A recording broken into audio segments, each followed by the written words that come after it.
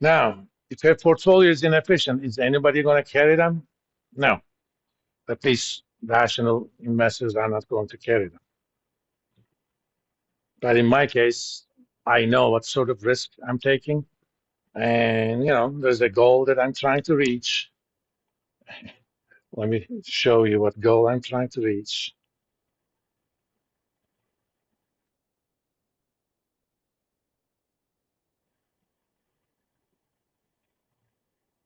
Because I promised my baby niece,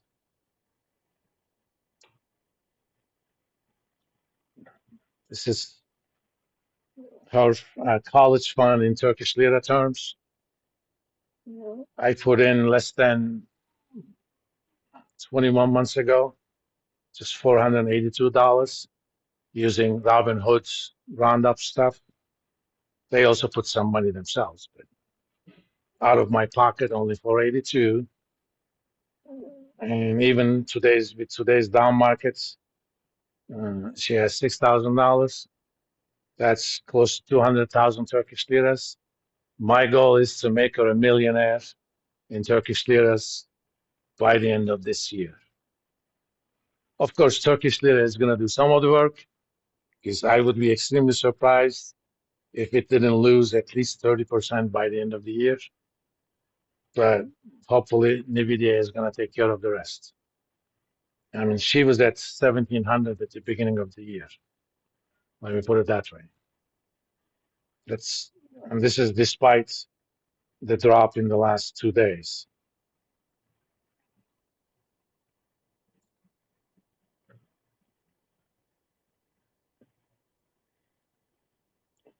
Now, if we only view preferences of individuals in terms of expected return and risk,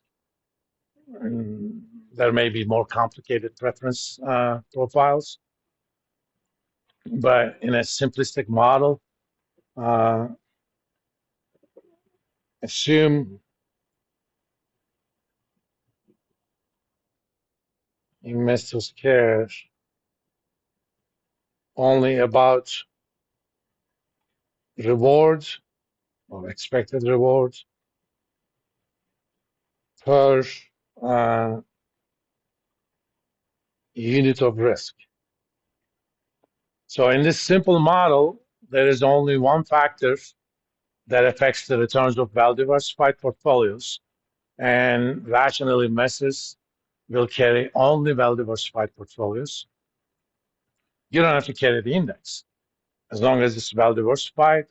For example, you could decide I'm going to carry only stocks that are in semiconductor business. Okay, if you want that, there's an ETF for that. It's actually stocks, SOXX. If you actually want to do leverage on that, SOXL. It's 3 times leveraged stocks. If you want to short that, there is one for that too. It's SOXS.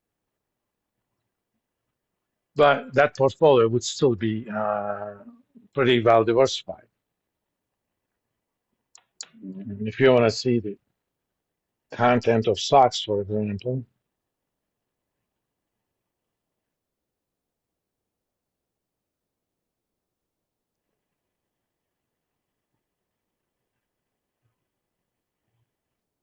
come on, give me the keyboard.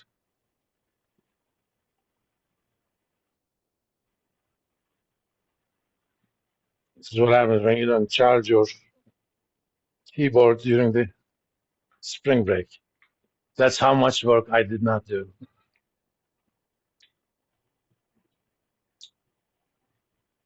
These are the top 10 holdings.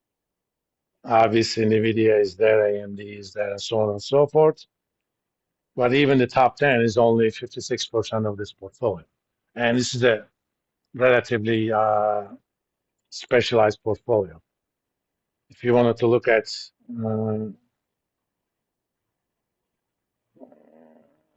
was it?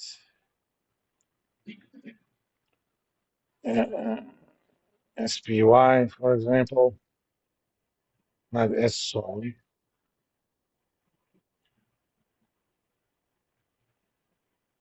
I have a better S&P 500 ETF, but I cannot remember. Oh, I remember it now.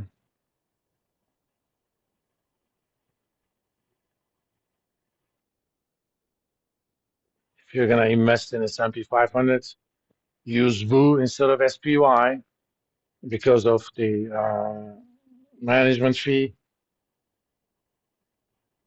It's only 3 basis points. SPY has 9 basis points. You think that's small, but over the years it adds up.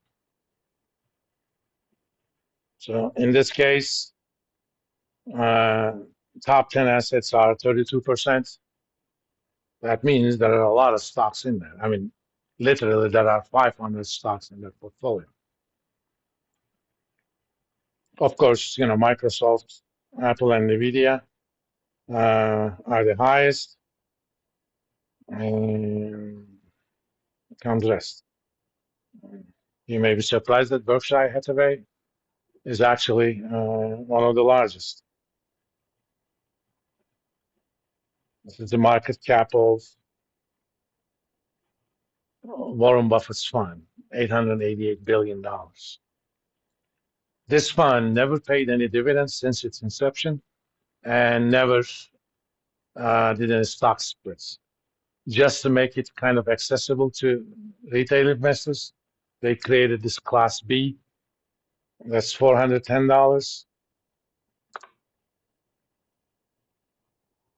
Let's look at the Class A.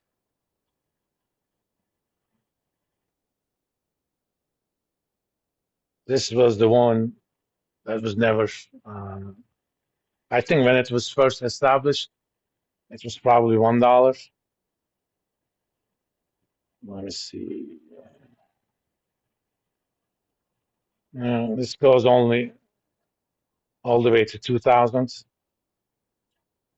It was only 50,000. It's now 600,000. That guy knows how to invest, but he doesn't do trading. He buys companies and runs them.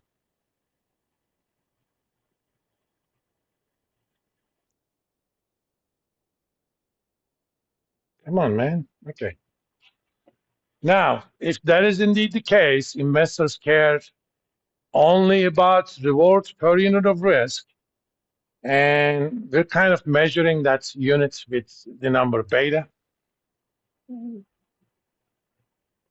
We will normalize betas by assigning a beta equals 1 to the market portfolio.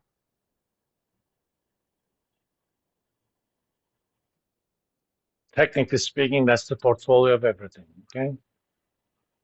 If you bought the entire US stock market and the bond markets and the commodities market and real estate markets with the proper ratings, that would be your market portfolio. Obviously, a systematic thing affects everything, right? So we're normalizing it by assigning a beta of 1 to that, which means a beta of a given portfolio or specific asset is the degree to which that asset or portfolio is affected by systematic risk factors relative to the market. It basically says, something happens. If market goes up by 1%, you expect, let's say that beta is 2, you expect that asset or portfolio to go up by 2%. If market goes down by 2% and beta is 2, you expect that asset or portfolio to go down by 4%. Now, given that, we're going to define the reward as excess return, which is the return on the J stock minus the risk-free rate. Okay.